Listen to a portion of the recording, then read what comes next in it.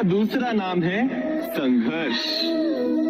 हृदय में आज इच्छा होती है और यदि पूर्ण नहीं हो पाती तो हृदय भविष्य की योजना बनाता है।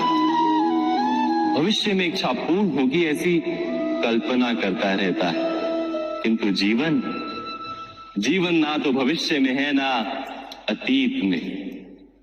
जीवन तो इस क्षण का नाम, अर्थात इस क्षण का अनुभव ही जीवन का अनुभव। पर हम ये जानते हुए भी इतना सा सत्य समझ नहीं पाते। या तो हम बीते हुए समय के स्मरणों को घेर कर बैठे रहते हैं, या फिर आने वाले समय के लिए हम योजनाएं बनाते रहते हैं और जीवन जीवन बीत जाता है। एक सत्य यदि हम हृदय में उतार लें कि ना हम भविष्य देख सकते हैं, ना ही भविष्य निर्मित कर सकते हैं, हम तो केवल धैर्य और साहस के साथ भविष्य को आलिंगन दे सकते हैं, स्वागत कर सकते हैं भविष्य का। तो क्या जीवन का हर पल जीवन से नहीं भर जाएगा? स्वयं विचार कीजिए।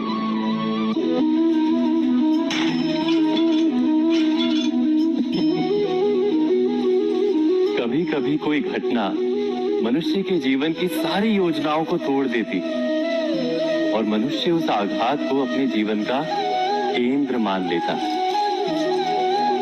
पर क्या भविष्य मनुष्य की योजनाओं के आधार पर निर्मित होते हैं? नहीं। जिस प्रकार किसी ऊंचे पर्वत पर सर्वप्रथम चढ़ने वाला उस पर्वत की तलाई में बैठकर जो योजना बनाता है, क्या वही योजना उसे उस पर्वत की चोटी तक पहुंचाती है? नहीं। वास्तव में वो जैसे जैसे ऊपर चढ़ता है वैसे वैसे उसे नई नई चुनौतियां, नई नई विडंबनाएं, नए नए अवरोध मिलते हैं। प्रत्येक पद पर वो अपने अगले पद का निर्णय करता है। प्रत्येक पद पर उसे अपनी योजनाओं को बदलना पड़ता है। कहीं पुरानी योजना उसे खाई में ना ढकेल दे। वो पर्वत को अपने योग्य नहीं बना पाता, केवल स्वयं को पर्वत के योग्य बना सकता है। क्या जीवन के साथ भी ऐसा ही नहीं? जब मनुष्य जीवन में किसी एक चुनौती को, एक अवरोध को अपने जीवन का केंद्र मान लेता है, अपने जीवन की गति को ही रोक देता है, तो वो अपने जीवन में सफल नहीं बन पाता और ना ही सुख और शांति प्राप्त कर पाता। अर्थात जीवन को अपने योग्य बनाने के बदले स्वयं अपने को जीवन के योग्य बनाना ही सफलता और सुख का एकमात्र मार्ग नहीं? स्वयं विचार कीजिए।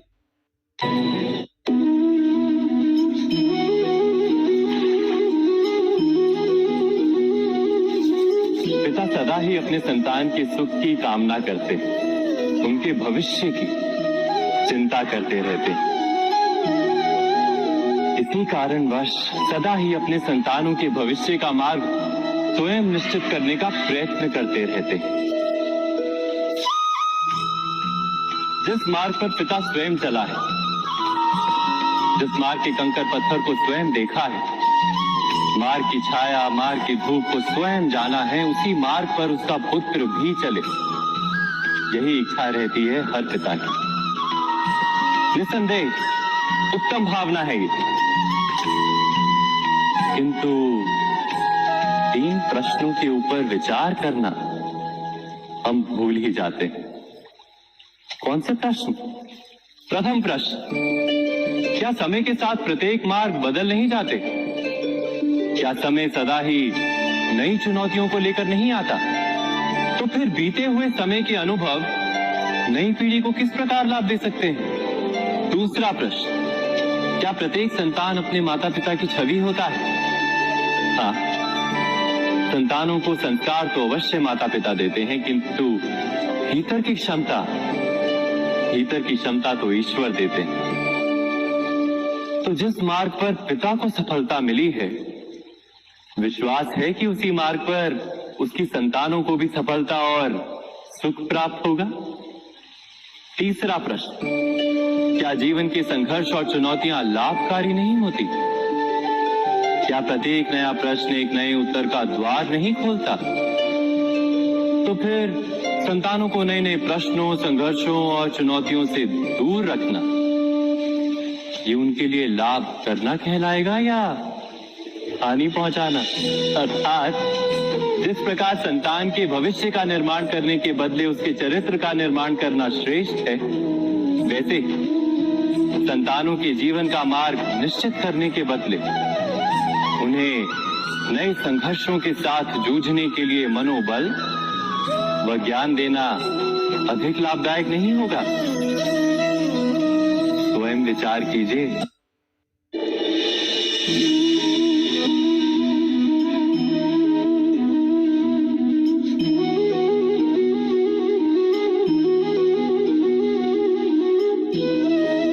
जीवन का हर क्षण निर्णय का क्षण होता है। प्रत्येक पद पर दूसरे पद के विषय में कोई निर्णय करना ही पड़ता है और निर्णय अपना प्रभाव छोड़ जाता है। आज किए गए निर्णय भविष्य में सुख अथवा दुख निर्मित करते हैं, ना केवल अपने लिए, अपने परिवार के लिए भी, आने वाली पीढ़ियों के लिए भी। जब कोई दुविधा सामने आती है तो मन व्याकुल हो जाता है, अनिश्चय से भर जाता है। निर्णय का वो क्षण युद्ध बन जाता है और मन बन जाता है युद्ध भूमि। अधिकतर निर्णय हम दुविधा का उपाय करने के लिए नहीं, केवल मन को शांत करने के लिए लेते हैं। पर क्या कोई दौड़ते हुए भोजन कर सकता है? नहीं। तो क्या युद्ध से जूझता हुआ मन कोई योग्य निर्णय ले पाएगा? वास्तव में शांत मन से जब कोई निर्णय करता है तो अपने लिए सुखद भविष्य बनाता है, किंतु अपने मन को शांत करने के लिए जब कोई निर्णय करता है तो वो व्यक्ति भविष्य में अपने लिए कांटों भरा वृक्ष लगाता है। स्वयं विचार कीजिएगा।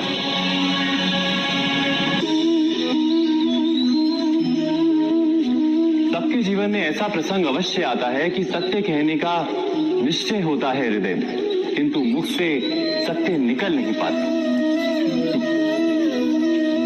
कोई भय मन को घेर लेता। किसी घटना अथवा प्रसंग के बारे में बात करना या फिर स्वयं से कोई भूल हो जाए उसके बारे में कुछ बोलना, क्या ये सत्य है? नहीं, ये तो केवल तथ्य है।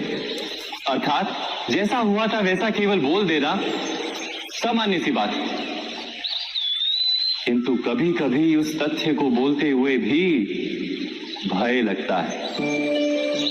कदाचित किसी दूसरे की भावनाओं का विचार आता है मन, दूसरे को दुख होगा ये भय भी शब्दों को रोकता है। तो ये सत्य क्या है? क्या हमने कभी विचार किया है? जब भय रहते हुए भी कोई तथ्य बोलता है तो वो सत्य कहलाता है। वास्तव में सत्य कुछ और नहीं, केवल निर्भयता का दूसरा नाम है। और निर्भय होने का कोई समय नहीं होता, क्योंकि निर्भयता आत्मा का स्वभाव है। अर्थात क्या प्रत्येक क्षण सत्य बोलने का क्षण नहीं होता?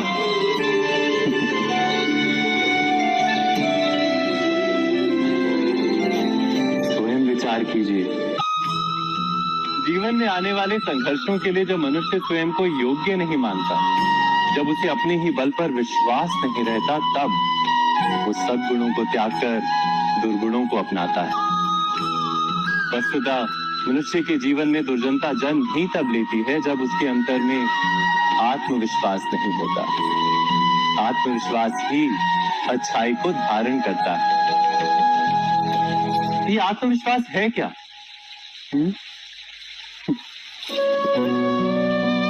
जब मनुष्य ये मानता है कि जीवन का संघर्ष उसे दुर्बल बनाता है, तो उसे अपने ऊपर विश्वास नहीं रहता।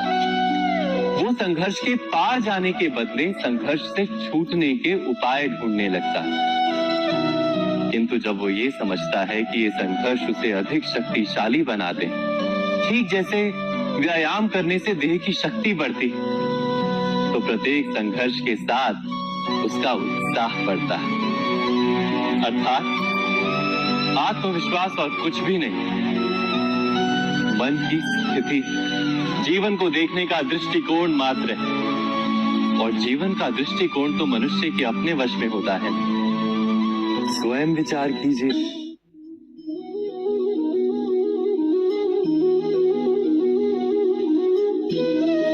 ज्ञान प्राप्ति सदा ही समर्पण से होती है, ये हम सब जानते हैं। किंतु समर्पण का वास्तविक महत्व क्या है? क्या हमने कभी विचार किया?